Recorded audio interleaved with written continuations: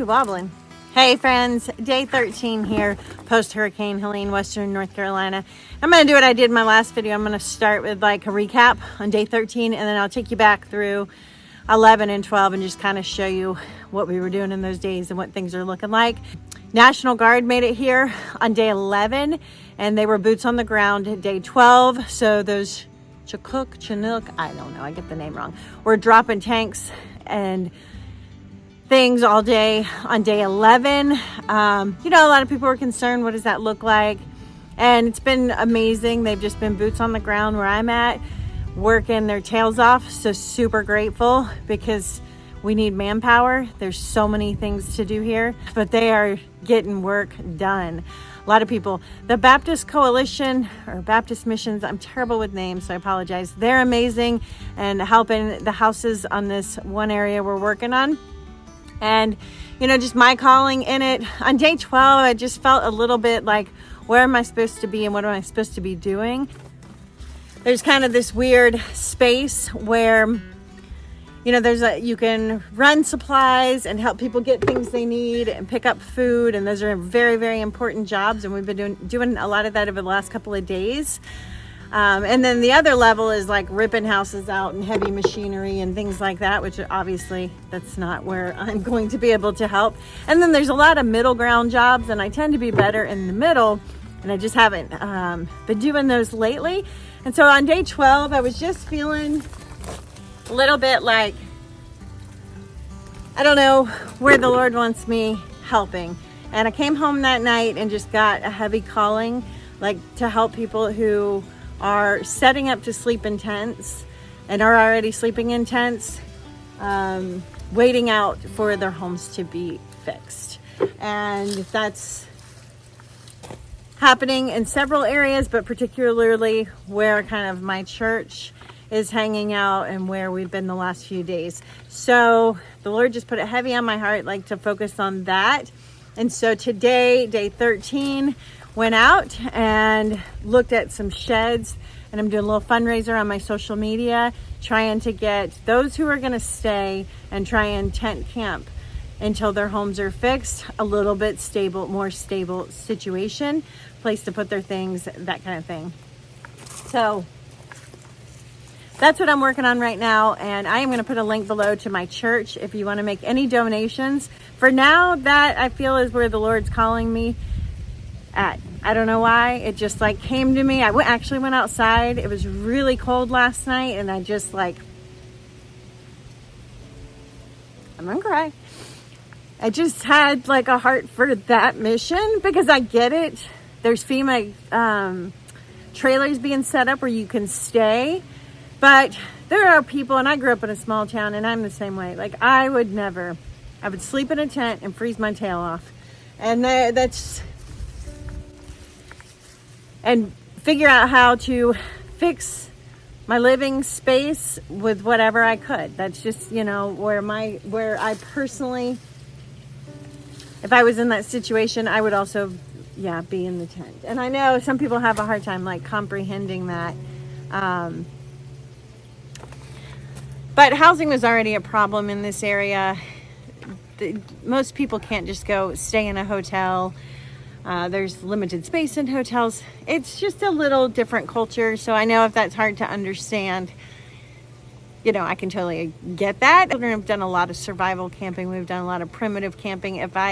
When we lost the power and I said, outside is your bathroom, they know how to handle that situation in a way that is safe and sanitary. Like I didn't have to tell them anything. I just said, here's where the supplies are, and they can handle that. Oh, car's coming. So it's just a little bit different culture, but that's what I'm doing. I'm going to put a link below to, my children just got back in, to my church if you want to make a donation towards helping those who need better housing. Just type in community, and that's where those funds will go. Hi. So we are trying to get back to a little bit more normal. The high school's got to open, so tomorrow the teenagers, which is my kids and their youth group, are going to be moving gear. I'm going to take you guys with me. I got to harvest these green beans. The green beans stop producing if you don't get them off. If they're able to get too big, it slows down production, and we want these green beans pumping out food. So people are trying to get back to normal. I'm actually going to go handle our first shed situation tonight and get that secured, and that will be delivered tonight onto the property. You know, thankfully, local people here are amazing, and all I had to say was this is our need. Still raising the funds through my social media right now for today's shed, and then we hope to have that up tonight to secure a better sleeping situation for this particular person. So people are wanting to get back to normal. That's what I was trying to say. So my daughter had to go to the dentist today for orthopedic or orthodontist stuff. And I'm going to try and go to the gym. It's finally got power and water. And we're just going to try and ease. It's not going to be normal for a very long time. And we're going to be doing stuff for a very long time that's outside the norm. But we also have to kind of bridge that gap and find a way back into some normalcy. Here, I'm going to clear up a little bit of, like, there's big things all over social media. And I will tell you, the truth lies somewhere in the middle. And I'm pretty anti-establishment, if you haven't picked up on that, me personally. But the truth is somewhere in the middle. So there are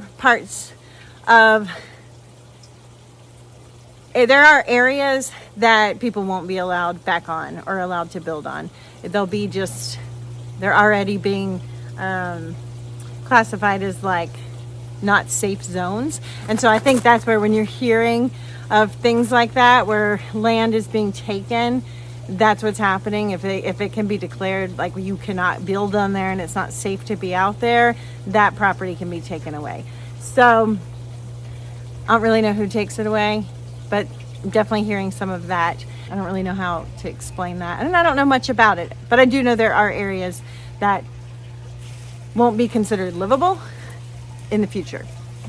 With the other organization that starts with an F that either people love or despise, I know personally a few people who've tried to get the funds promised, and I think it was worded in a way where it sounded like everybody gets to participate if they were affected via no power, didn't have a job for a while. A lot of people aren't going to have jobs for a very, very long time. We are a tourist industry.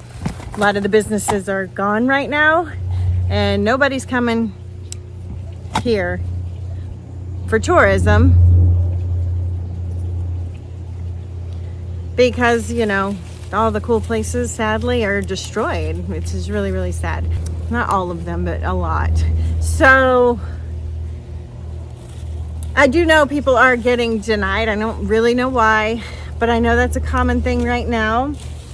And I hear a lot, like I heard on one of my social medias, there were some comments like their boots on the ground. They don't all have boots from my understanding. They're just an organization. They're like a paycheck that helps give out loans at lower interest rates.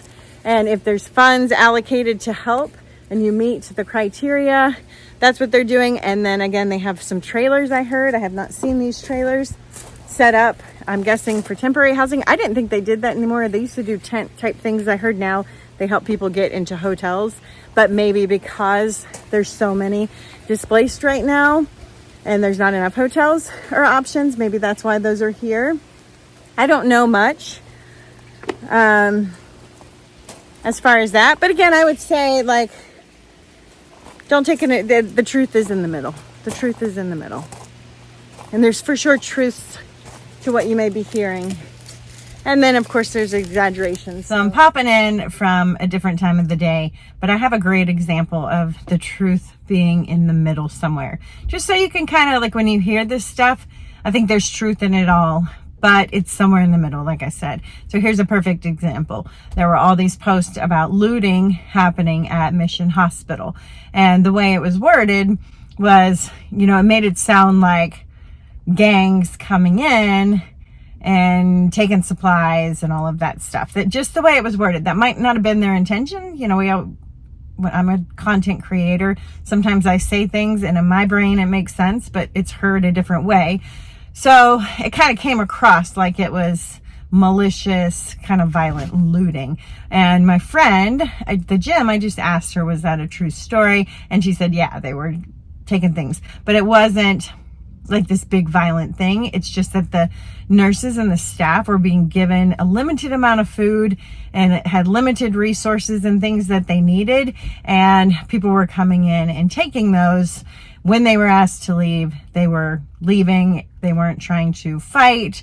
So it's more like desperate people looking for things because they were desperate. They needed supplies, and they saw them somewhere and needed supplies, you know. Desperate people just trying to get by like everybody else. So that's like where it's at. So just kind of keep that in mind when you hear things.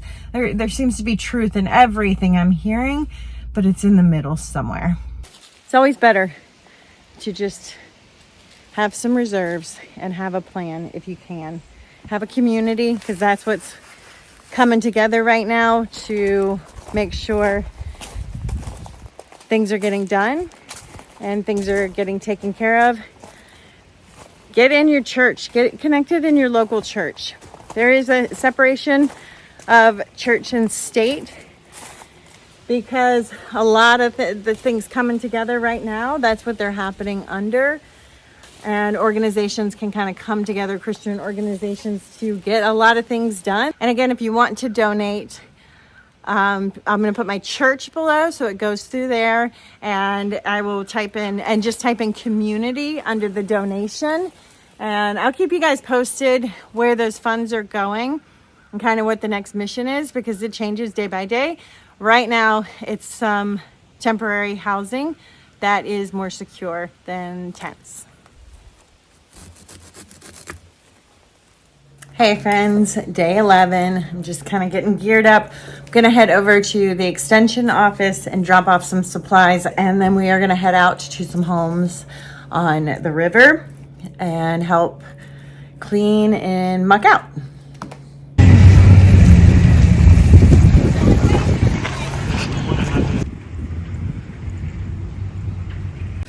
That's the Nano Stead. Okay, so the store is back to cash only.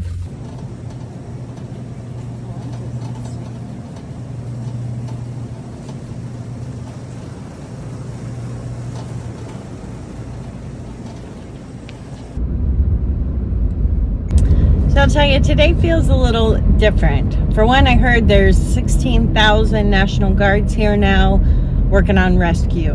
Like those are things a lot of us can't do. We need people that have those skills out there. And then, you know, most people can't work or go to school or anything. Everything's closed because there's no power and water. And so it's like this sweet spot of volunteer rich sections right now where people can come and help because they are available.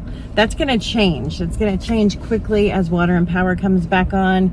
So, you know, this week it just feels a little bit like a get it done work week. Hey, so I'm not going to film in the houses because it's people's privacy. We're gutting some houses down by the river. A friend is kind of getting a list together for what needs to be out here. Some people are going to stay in tents, so getting some gear for them because it's about to get cold. And we're going to go get some hot food because there's a lot of people out here who have not had anything other than like chips and bars, and we're going on 4 o'clock. So that's what we're doing right now. Okay, don't be mad at me for filming while I drive. It's just kind of crazy right now. So National Guard's here, a lot of them. So we're day 11. They are on the streets in Marshall.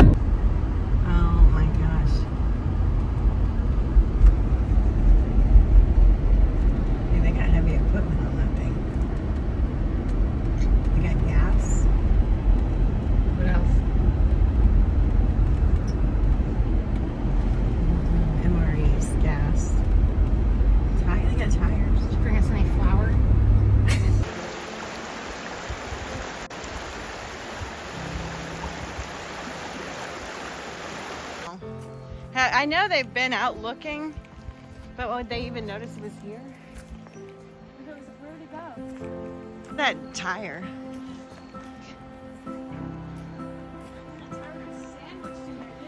Yeah, it did. Force of water. It's crazy. It's hard to comprehend. Beach, my Yeah. goodness, right? It's nuts. Freaking crack. I don't. And look like toilet paper crumbled up. No. Yeah. I mean, that thing is massive. The thing is gigantic.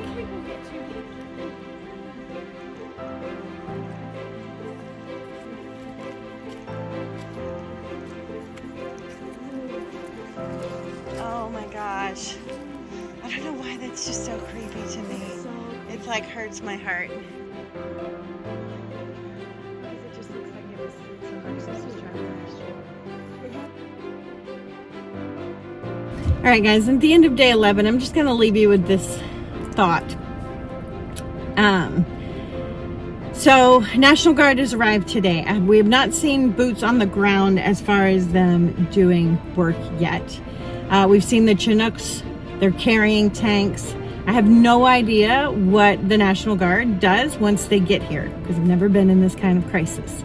And I love our servicemen and our servicewomen, and I'm so grateful for all of them. We need them.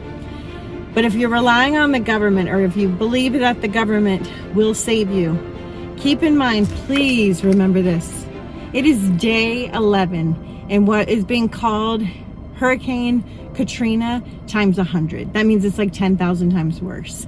And I would say boots on the ground here, that is absolutely truth. The amount of lives that have been lost, the lives that will continue to be lost from this, the property damage, the people displaced, and there's nowhere for them to go here. Keep that in mind too. Like, their housing is not available here. It wasn't available here to begin with, and the cost, it wasn't available. So these are people who had generational homes and properties. 1%, they're saying, had flood insurance. And why would you have flood insurance in some of these places? Nobody thought their house would float away that lived 5, 6 houses away from the river, hundreds of yards from the river is what we're dealing with. But if you think they're coming, if the government's going to save you, just remember, it's day 11. They're boots on the ground, but they're not in action yet. They're just dropping tanks from the Chinooks. I think that's what you call them. Forgive me if I get that wrong. And they're mobilizing. I don't know what they do at this point, so I'm super curious. I mean, I would love to see them doing the work that I watched a crew of men who rolled into town from Alabama and ripped this house apart with bare hands, not even gloves, because they didn't have gloves to put on their hands, and ripped a house out that had water almost to the ceiling, that's been sitting for 11 days. The smell put 2 people down onto their knees. This is what we're working in. This is what's going on here. And so day 11, they've gotten here. And I know it's not the men. Again, I know it's not the servicemen. It is the government that tells them where to go and when to go and all of those things. But we're at day 11, and I'm guessing we'll see them doing things tomorrow. So super excited to see what that looks like tomorrow. But by the time, just if you believe they're going to come and save you, and that's what you're relying on, at least have 11 days of everything you need. Food, water, a way to go to the bathroom, a way to keep yourself sanitary, because that's when things start to get bad, when you can't manage those things. Any medical things you need. Know how to treat yourself. These people, they're doing stitches, and I mean, I feel like we're in a third world country, like at war. They're stitching people up in conditions I can't even comprehend. There's so much going on. So you have to be able to take care of yourself for 11 days. And they're not here yet. So 12 technically. And then the amount of people who need help is astronomical. It is so massive. So you got to keep that in mind too, because are you first priority? Are you deep in the woods? Are you in the middle of the city and they got to get to every house before you? You know, these things matter. It could be another week or two.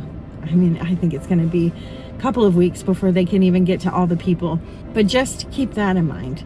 Like, I know sometimes people kind of view prepping as a culture thing. It kind of has a bad rap name, or doesn't seem necessary. I'll also hear people say, God will take care of you, and they trust the Lord because, you know, that scripture about the birds. and he cares to take care of them. Why wouldn't he take care of us? But there's also a lot of scriptures out there, and I'm coming at this obviously as a Christian, from a Christian perspective, but it's still good lessons even if you're not.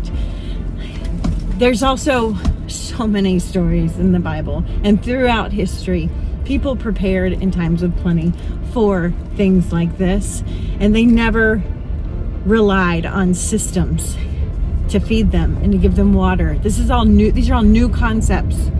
We lost our skills and we handed over all of our needs and put them in the hands of broken systems. So I'm just going to leave you with that today, because it's another heavy day. Just slap in the face of the importance of getting your house in order. And then you can help other people. And let me tell you, I want to be me right now. I do not want to be some of the people I've come across. I'm going to cry. You don't want to be on the other side of that.